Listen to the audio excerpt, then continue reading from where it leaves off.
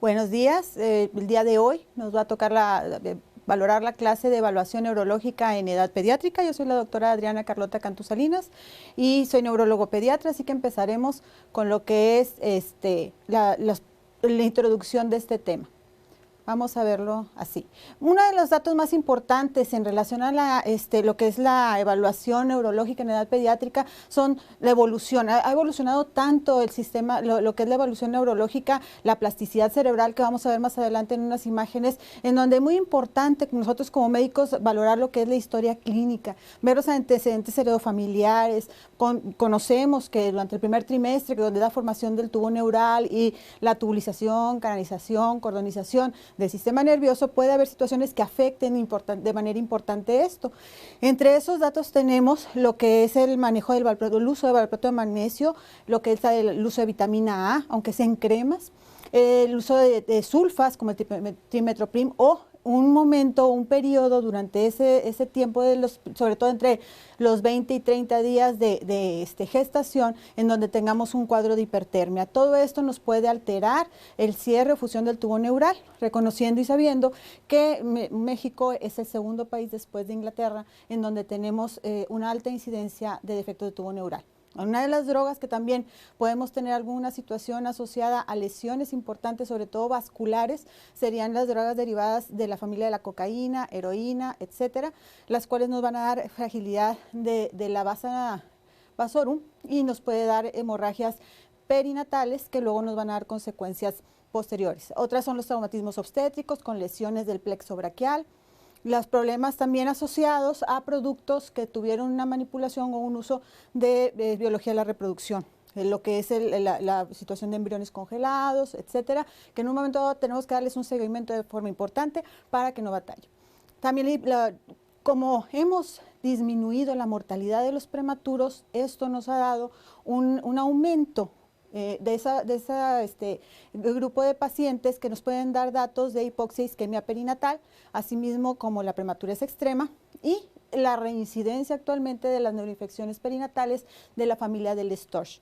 Entonces vemos aquí unas imágenes asociadas a esto. ¿Qué pasa en el sistema nervioso? Esta es una pequeña revisión en donde vemos los periodos de neurogénesis, tanto la primera fase a los 18 meses como a los 4 a 6 años, también la sinaptogénesis, la dendrogénesis, la mielogénesis y sobre todo las podas neuronales y la neuroplasticidad con la cual nosotros trabajamos de manera importante esto. Es muy importante reconocer que vamos a tener una exploración asociada a un lugar templado, en una situación básica, que esté el paciente totalmente desnudo porque está pequeñito y teniendo las circunstancias propias de la ética profesional. Aquí vemos cómo va aumentando o vamos teniendo una evolución de la parte del tallo cerebral hacia el diencéfalo, hacia las partes primitivas cognitivo-ejecutivas para al final manejar los lóbulos frontales, sabiendo que la oxigenación y la irrigación, los últimos puntos donde se manejan son la región frontal y lo que son los polos temporales. Esos son los que nos pueden dar datos posteriormente, tal vez no de situaciones motoras, pero de situaciones cognitivo-conductuales en nuestros pacientes. Entonces también vamos a valorar que esté en un lugar templado, con posición instintiva. Vamos a ver la proporcionalidad del cráneo y columna, el sistema motor, el sistema sensitivo, los pares craneales, los reflejos de neurodesarrollo y los métodos de evaluación generales. ¿La que sigue?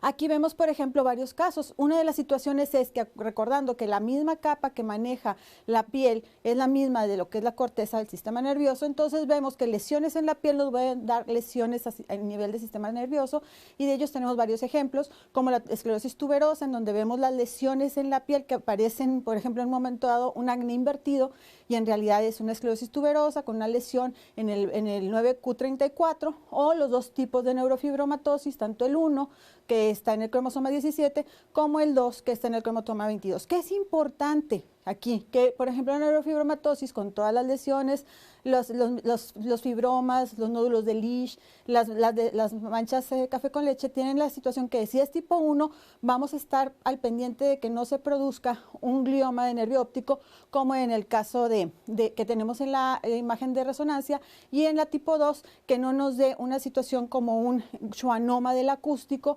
Entonces eso aproximadamente se empieza a evidenciar a los 6 años. Entonces es muy importante hacer ver potenciales evocados, auditivos y visuales para detectar a tiempo esto, porque ahorita hay medicamentos que en un momento dado nos pueden retrasar la evolución de estas patologías. La que sí. Aquí vemos las lesiones y las fibromas. Vemos también, acuérdense, son más o menos 5 lesiones de más de 2.5 en el tronco o 3 y 2 en las extremidades. Ahí vemos la lesión, lo que es la tumoración en el ojo derecho. Aquí vemos los túberes. Va a haber dos presencias. Va a ser una situación que si tiene túberes, vamos a tener una tumoración y la área elocuente que esté de corteza que se esté afectando nos va a dar los síntomas, o si es una situación de esclerosis nos puede dar crisis convulsivas. También, otro de los puntos característicos en la neurología es la revisión del fondo de ojo, porque ahí vamos a ver la vascularidad del sistema nervioso. Entonces, tenemos que hacerlo, hay que dilatar la pupila, hay lupas especiales que podemos manejar. Antes de hacer esto, hay que checar primero la motricidad pupilar, porque la vamos a afectar. Y en el fondo de ojo es muy importante, muchas enfermedades que tienen alteraciones neurológicas como la enfermedad de Refsum, Tay-Sachs o el sarampión, que actualmente tenemos un rebrote de esta patología, vamos a tener lesiones en sal y pimienta o los famosos manchas rojos cereza, que nos dan una pauta para investigar situaciones de tipo genético. Sí. Aquí es muy importante.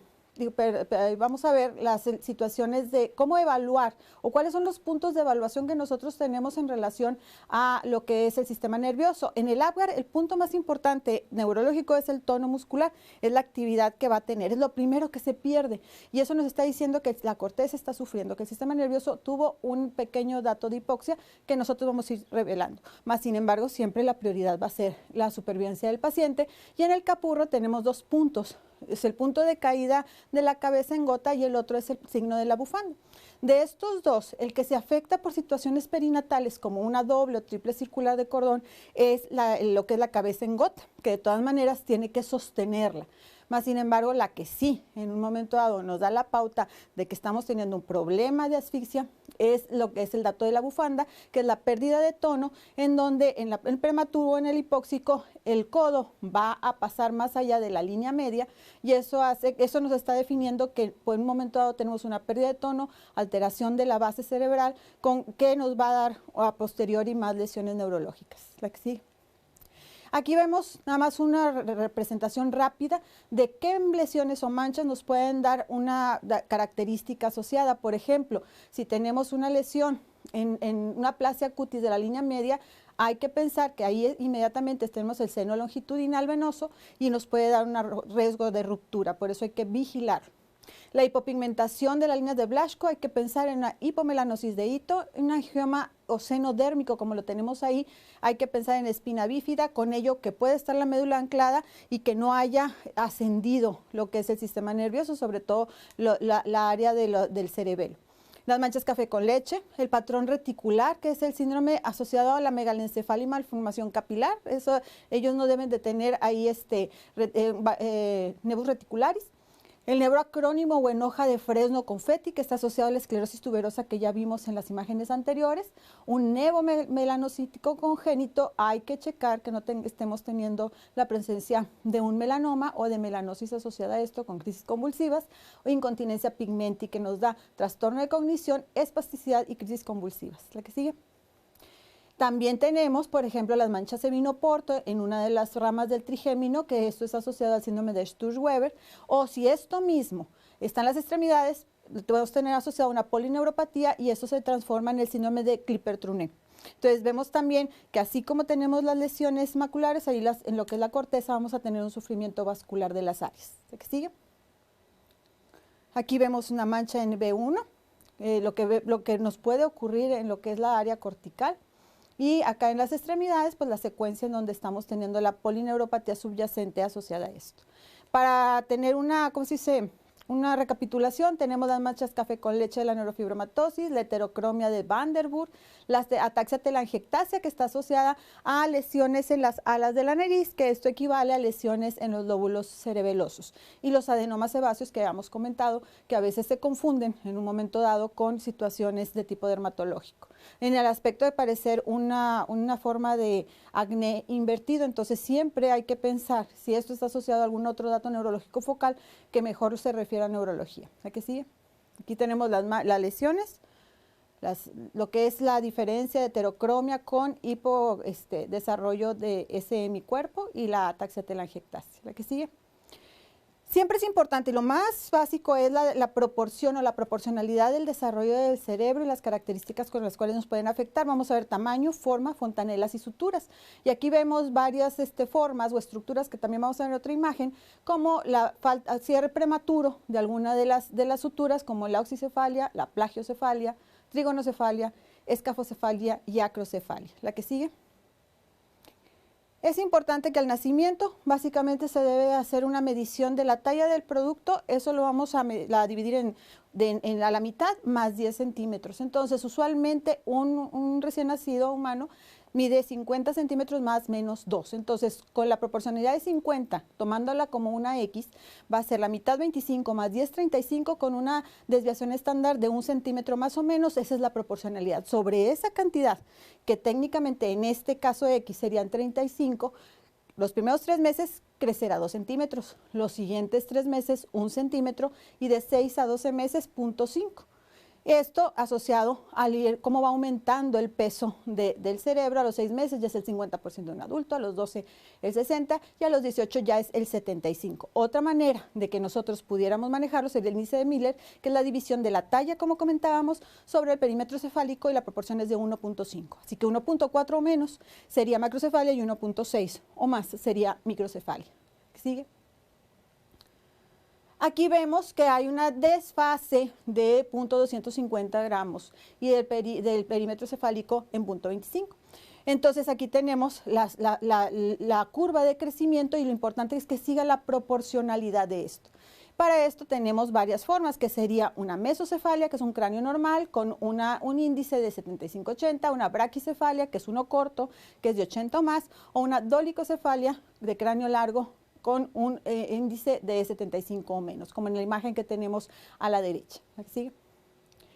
Aquí vemos ya con imágenes las diferentes formas de cráneo. Lo importante de esto es, como en la imagen de la tomografía que tenemos en la parte inferior, es que la deformidad o la malformación que tenga el cráneo va a relacionarse o va a depender de si hay espacio para el crecimiento del encéfalo, porque los primeros 6 meses el crecimiento del perímetro es la apertura de las escamas de los parietales para crecimiento, y luego va a ir cerrándose hasta los 18 meses. Entonces, mientras haya espacio, nosotros podemos ir valorando si se va a requerir algún tipo de tratamiento, desde un bracket cefálico, como lo tiene en la imagen anterior, o una cirugía con estereotaxia, o una craniectomía en tira, o un avance orbitofrontal, o una reversión frontal occipital sagital, dependiendo de las características de cierre que se haya tenido. La escuela americana usa más los brackets, la escuela europea maneja más la cirugía. ¿La que sigue?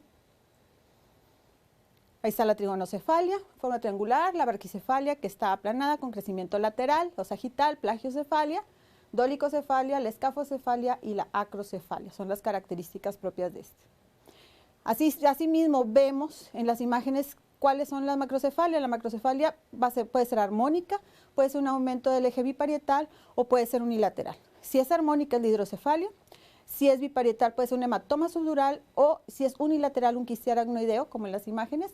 Abajo, a su derecha, vamos a ver lo que es la medición del índice de Miller de teca interna a teca interna, dividido entre cuerno posterior y cuerno posterior, que no debe pasar de 0.5. Si pasa, estamos hablando de que hay una presión importante en este sistema, de lo que es el contenido contra el continente del sistema nervioso.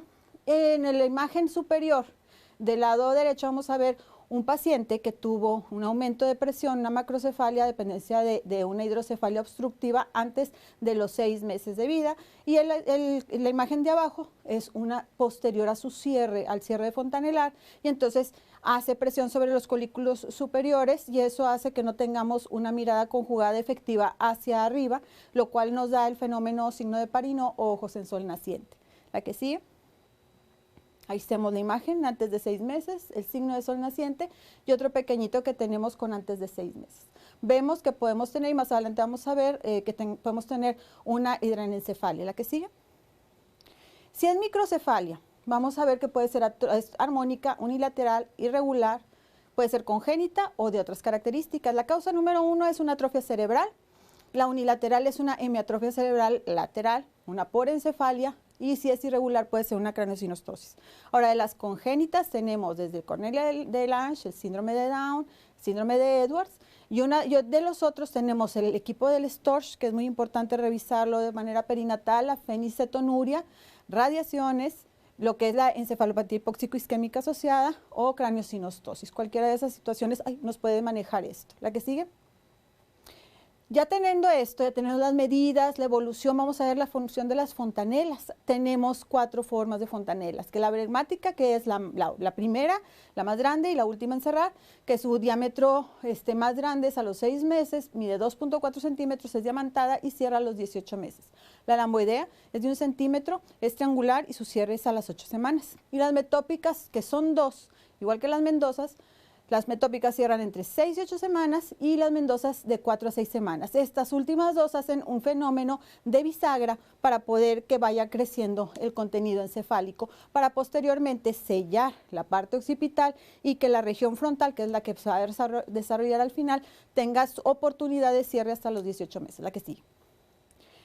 ¿Qué enfermedades, patologías vamos a tener y que persistan estas fontanelas? Es el hipotiroidismo y con ende una hipofosfatemia, una progeria, una hidrocefalia, puede ser obstructiva o no obstructiva, aunque el 80% van a ser obstructivas, y la malformación de vena de Galeno. Aquí es muy importante esta situación porque es perímetro encefálico aumentado, insuficiencia cardíaca de gasto alto, distrés respiratorio en posición supina de forma perinatal, y vamos a buscar un soplo diastólico en lo que es la región lamboidea, en la fontanela lamboidea, para checar que tengamos esto. Porque es importante, porque ahorita actualmente neurocirugía puede poner un resorte, y esto nos prolonga la vida de estos pacientes que usualmente tenían un pronóstico de 9 meses aproximadamente, ahora pueden sobrevivir por un periodo muy prolongado de vida. La que sigue. De las aumentadas, que es mayor de 4 centímetros en su momento máximo, 6 semanas, vamos a ver si hay una hemorragia intracerebral, subaguda o crónica, un hematoma, una hidrocefalia o una tumoración neuroectodérmica primitiva que esté obstruyendo el flujo de líquido. Y si es normal, siempre el hipotiroidismo, la hipofosfatemia, progeria y raquitismo actualmente también tenemos que tenerlo contemplado. La que sigue. De las pequeñas vamos a ver qué es la cranioestenosis o la atrofia cerebral. Actualmente casi el 80% están asociados a atrofia cerebral. La que sigue. En los moleamientos perinatales, que muchos de ustedes ya han llevado en 6º año lo que es obstetricia, si no, próximamente lo van a llevar, van a ver cuáles son las caracterísicas de un caput subsedaneum. Es un edema que pasa a línea media, una hemorragia subgaleal es una hemorragia que también pasa a línea media, y el cefalohematoma no. Ese no pasa a línea media y tenemos una alta probabilidad de estar teniendo un moldeamiento o una fractura en uno de los huesos adyacentes a esto. La que sigue.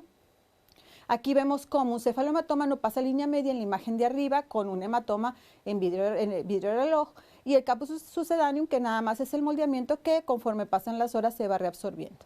La que sigue. Vemos aquí las mismas características y vemos como un cefalohematoma que en un momento dado no fue diagnosticado a tiempo por compresión mecánica, hizo que la corteza subyacente no se desarrollara, dándonos lesiones en su evolución cognitivo-conductual y motora importantes. Entonces es importante el diagnóstico oportuno para nosotros en un momento dado proceder, en ese caso debió haberse retirado, para que tuviera espacio físico de crecimiento de la corteza. La que sigue. El signo como estamos hablando de clínicas, el signo de McEwen es la percusión y la percepción de olla cascada, porque debe de ser un semimate más o menos. Pero si checamos una percusión de olla cascada en la base de la área occipital, podemos pensar que estamos con una hidrocefalia por obstrucción, un neuroblastoma cerebeloso que está obstruyendo, y si estamos, checamos la delgadez, o sea, el melón de agua es que ustedes sientan que el hueso está muy delgado, podemos estar asociados a un hiperparatiroidismo por alteraciones en la densidad de los huesos. ¿A qué sigue? Aquí está, esa es la área, el punto de referencia donde ustedes van a percutir, ya saben, percutir solo lo que nos da la muñeca. De las ocultaciones desde recién nacidos, hay que checar párpado para ver la fístula carótido cavernosa, una fosa temporal, lo que es el área de la fosa, para checar la funcionalidad de la arteria meningia media, que no haya displasias asociadas a trastornos genéticos, las arterias carótidas con obstrucción congénitas de las carótidas y la estructura parieto-occipital, que es lo que comentábamos anteriormente, las malformaciones de la vena de Galeno. ¿El que sigue? En la transiluminación, otro fenómeno que debemos de estar manejando para una buena evaluación clínica, vamos a poner la lámpara, puede ser en la base, puede ser en lo que es el área bregmática, y entonces en un momento dado va a transiluminar anormalmente. Esto es por un desequilibrio de la ley de Monroe-Kelly. Las causas casi siempre grandes ventrículos por obstrucción y colecciones subdurales. La que sigue. Aquí vamos a ver la evolución de los pares craneales, son tractografías asociadas a eso. La que sigue. Del olfatorio, ¿qué características vamos a tener? Hijos de madre diabética de más de 5 años, podemos tener holoprosencefalia, falta de segmentación con esto, falta de la conducción de la parte de la cintilla medial olfatoria, y esto nos va a dar anosmia. En estos pacientes, otra de las causas puede ser meningitis, hemorragias subaracnoideas, traumatismos craneoencefálicos con fisura de la lámina cribosa e hidrocefalia. Cualquiera de ellos nos va a dar situaciones de anosmia. ¿La que sigue? Acuérdense, la visión, las pupilas son el manejo del tronco, sobre todo en la región mesencefálica. Entonces, vamos a ver que normalmente es un 20-150. Las pupilas del prematuro miden entre 3 a 4 milímetros, y si tenemos algún tipo de hemorragia vamos a tener una resolución en 14 días. A los 2 meses vamos a tener una visión a color y a 90 grados, que es lo que alcanza el bebé en lo que uno está cargándolo. De los 3 al 4 meses hay una visión binocular a 180 grados, y a los 4 o 5 meses aparece la limitación de gestos. La mejor forma de evaluar a estos pacientes es cuando el paciente está succionando, porque a la hora de succionar, por un reflejo primitivo, no cerramos los ojos. ¿Qué sigue? El quinto par, ¿el que sigue? Vamos a ver su sensibilidad en sus 3 ramas. Ahorita estábamos viendo el síndrome de Sturge-Weber, etcétera. Vamos a checar también los reflejos corneales y maceterinos, que desde los de semana 28 intrauterina ya debe de estar teniendo formación. Alteraciones de esta sensibilidad pueden estar, la causa número 1 en menores de 6 años son gliomas de tronco, una siringobulbia, una polirradiculoneuritis, una fractura de cráneo, de base de cráneo, o una neuropatía hipóxico-isquémica perinatal. Esas serían las características asociadas, y se checan las 3 áreas, como ya lo vamos a ver en otras clases. La que sigue. Del facial, es muy importante. Vamos a ver los tipos de lesiones. Si estamos teniendo una alteración, parálisis periférica ipsilateral, va a ser de origen infeccioso. Si está afectado el cuadrante inferior, vamos a ver que vamos a tener una parálisis nuclear o supranuclear, y casi siempre a la edad de estos pacientes es de origen tumoral. Y si es bilateral o es holofacial, va a ser una lesión congénita, como en los casos que vamos a ver. ¿Qué sigue? Aquí vemos un doble facial congénito. Aquí vemos el fenómeno de María-Mat de la lesión del facial. Ahí vamos a ver que es una situación de tipo infeccioso. Si es tumoral, vamos a tener la imagen de abajo, y si es holofacial, es congénito. ¿La que sigue? Del octavo par y los pares bajos, vamos a ver, acuérdense, en toda la clase no vimos alteraciones de bilis, hiperbilirurinemias o kernícteros. Lo que es la bilis o el aumento de bilis perinatal puede ser tanto indirecta como directa. Y por ejemplo, en la imagen de abajo, al centro, vemos de que es indirecto, que es un amarillo muy, muy fuerte, y al contrario, al lado va a tener el pacientito que tiene pelo oscuro, que es directa, que es un amarillo un poquito más oscuro, recordando que las escleróticas van a estar manchadas o pigmentadas, y con esto los ganglios basales. Asimismo, el auditivo. Entonces, cuando tenemos estos antecedentes, encefalopatía hipóxico-isquémica, hiperbilirubinemia o cualquiera de los STORCH positivos, hay que hacer potenciales evocados auditivos aproximadamente a los 7 o 8 meses para empezar a detectar esto. Y si salen positivos, hay que estar al pendiente de que no haya alteraciones de los ganglios basales con movimientos anormales. ¿Qué sigue? Es muy importante ver la relación de la bilis. De los pares bajos, estos casi siempre van a estar, por ejemplo, el osofaringio del vago, lo que es el istmo de las fauces, su reflejo está desde las 32 semanas, y la lesión puede ser una encefalopatía hipóxico-isquémica con compromiso piramidal. Si es la lesión espinal, hay que ver que hay 2 diagnósticos diferenciales muy importantes, que es la lesión propia del patético o que tenga cataratas congénitas. Las cataratas congénitas nos van a dar un nistagmo oscilatorio, entonces ahí podemos descartarlo, pero la lesión del patético sí van a tener que tener mucho detalle y acuciosidad, que posteriormente vamos a ver en otras clases. Así como el hipogloso, la lateralización de la lengua hacia el lado enfermo, y esto nos provoca una alteración de la deglución. Entonces los pacientes vienen por un problema de deglución, y a la hora de checar hay que ver para qué lado se va la lengua, que normalmente está luchando la lengua para poder salir. ¿La que sigue? Es muy importante el proceso de deglución saber en qué momento empieza el reflejo y se acaba la voluntad del paciente para este proceso, que es en el noveno, lo que es el istmo de las fauces, el noveno par craneal. Y de ahí ya se ahí va bajando hacia el onceavo y décimo, que ya van a manejar el resto de la situación. Pero esa es básicamente la información que maneja el noveno par. ¿La que sigue? Los patrones de desarrollo son bien importantes y rápidamente van a ser: los primeros 3 meses es flexor primitivo, como lo vemos en la imagen, la primera imagen arriba. La segunda es el extensor primitivo para tratar de empezar a enderezarse. De los 7 a los 9 es flexor para sentarse, y de los 10 a 12 es extensor para empezar la deambulación, primero asistida y luego autónoma. La que sigue.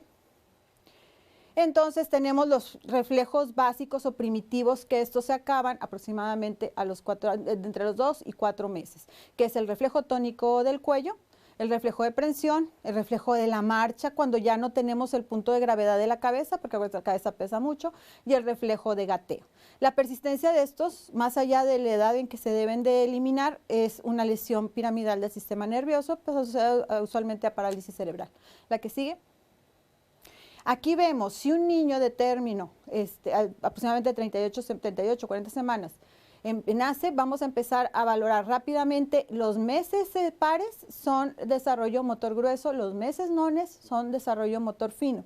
Cuando cumple el año, lo que es motor grueso se transforma en lo que es la valoración de control de esfínteres, y el motor fino va a ser el lenguaje. Básicamente esos son los puntos de evaluación que ustedes van a ir viendo. Ahorita los vamos a ver rápidamente. ¿La que sigue? Primero, vamos a empezar de lo que es del área bulboespinal hacia arriba. Acuérdense que vamos de rostro, de lo que es caudo rostral, el desarrollo. Entonces tenemos retracción flexora, que la normal es una reacción negativa y la normal es una reacción positiva, y la extensión refleja. Aquí donde vemos, en donde al estímulo estira o dobla, y es normal hasta los 2 meses de vida. ¿La que sigue? También tenemos la extensión cruzada, que es el poner en una posición en tijera las piernas. Esto también es a los 2 meses. Si se prolonga, estamos hablando de espasticidad de los pacientes, y actualmente eso se está manejando con la aplicación de Botox para poder aflojar un poquitito esa espasticidad y empezar a manejar la rehabilitación. Así que muchos de esos pacientes ya no los van a alcanzar a ver, porque desde que empieza la detección se empieza la rehabilitación de ellos. ¿La que sigue? El reflejo tónico asimétrico del cuello, acuérdense que se acaba, es normal de los 1 a los 4 meses. La que sigue. Ya cuando vamos a nivel apedal al tallo, ya estamos en la parte alta del tallo, desde los 4 a los 6 meses, y este es lo que es la posición del ando, el estiramiento dorsal. La que sigue. Ya estamos en la parte del mesencéfalo. Hay una parte inferior que es asociada a la percepción sin visión, nada más auditiva, y la otra, la que es cuadripedal alta, es con visualización. Aquí vemos las reacciones negativas cuando está patológico, y positiva cuando ya al paciente se le habla. Cuando está sin poder tener una visualización, tiene los ojos tapados, y abajo tenemos la lateralización hacia un lado u otro por 5 segundos para ver si el paciente está teniendo hemiparesia. Al tenerlo lateralizado, si el paciente no se endereza a una posición transversa, quiere decir que esa área está lesionada o está hemiparética en estos pacientes. La que sigue. Ya en la parte alta del cuadripedal vamos a ver el mismo enderezamiento, pero con los ojos abiertos, ya sin estar vendados. Y abajo estamos viendo cuando un paciente está con un problema de tono, en donde el paciente técnicamente parece un trapo y no puede ejercer la movilidad neuromuscular del dorso. ¿La que sigue? El nivel cuadripedal mesencéfalo, acuérdense que vamos a tener la posición anfibia, que es una posición positiva a los 6 meses, de los 6 meses aproximadamente a los 18. Ahí tenemos las 2 formas de posición. La que sigue.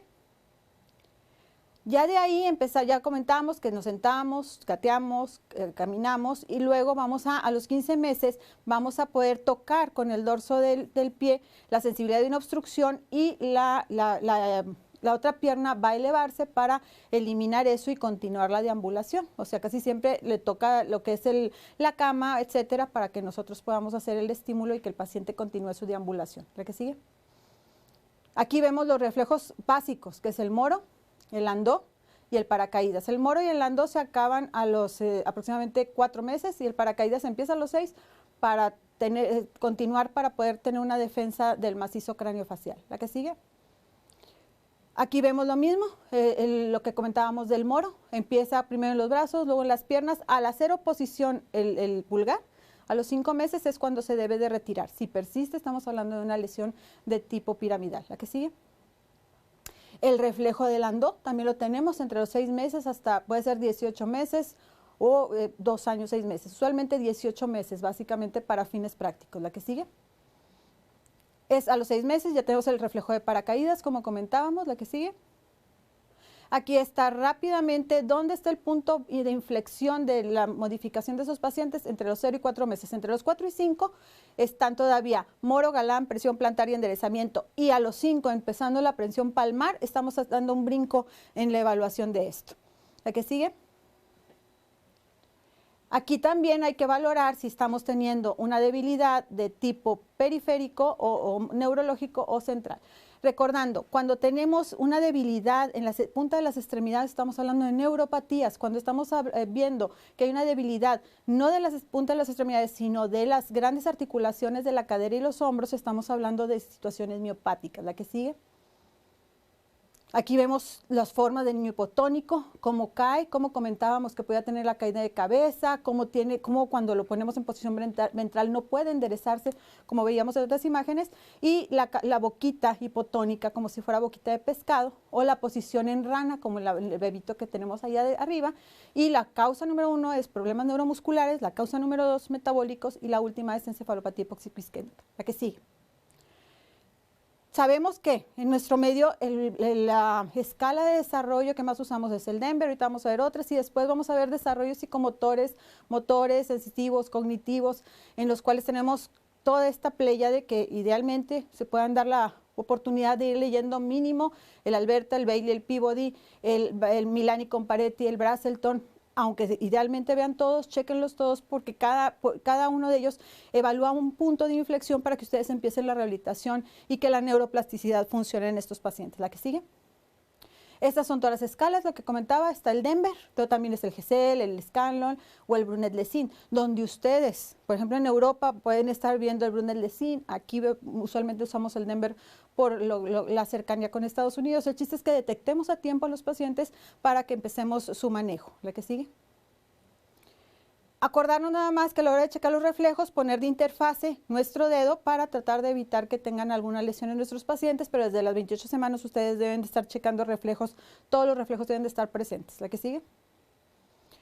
Por ejemplo, este es un ejemplo pequeñito, nada más sería un caso en donde nosotros vemos que es un recién nacido, hija de madre de 26 años, diabética, insulino dependiente, con hiperglicemias de 190, con un producto de 3,900, 50, Apgar 8,9, y usted lo revisa desde qué problema puede tener un hijo de madre diabética, insulino dependiente, que si tiene un peso grande nos puede dar, si la talla coincide con estas situaciones. Esas serían preguntas, por ejemplo. Este sería un cuadro clínico y de ahí las diferentes preguntas para que más o menos tengan una idea. La que sigue.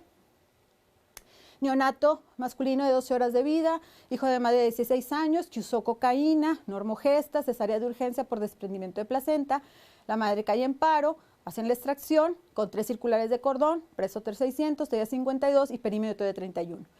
Les podría preguntar si la talla coincide con el perímetro, si el uso de cocaína qué problema da, si ser una madre joven nos da algún problema, si las circulares de cordón en qué nos afectan en la exploración. Esos serían los casos. ¿La que sigue?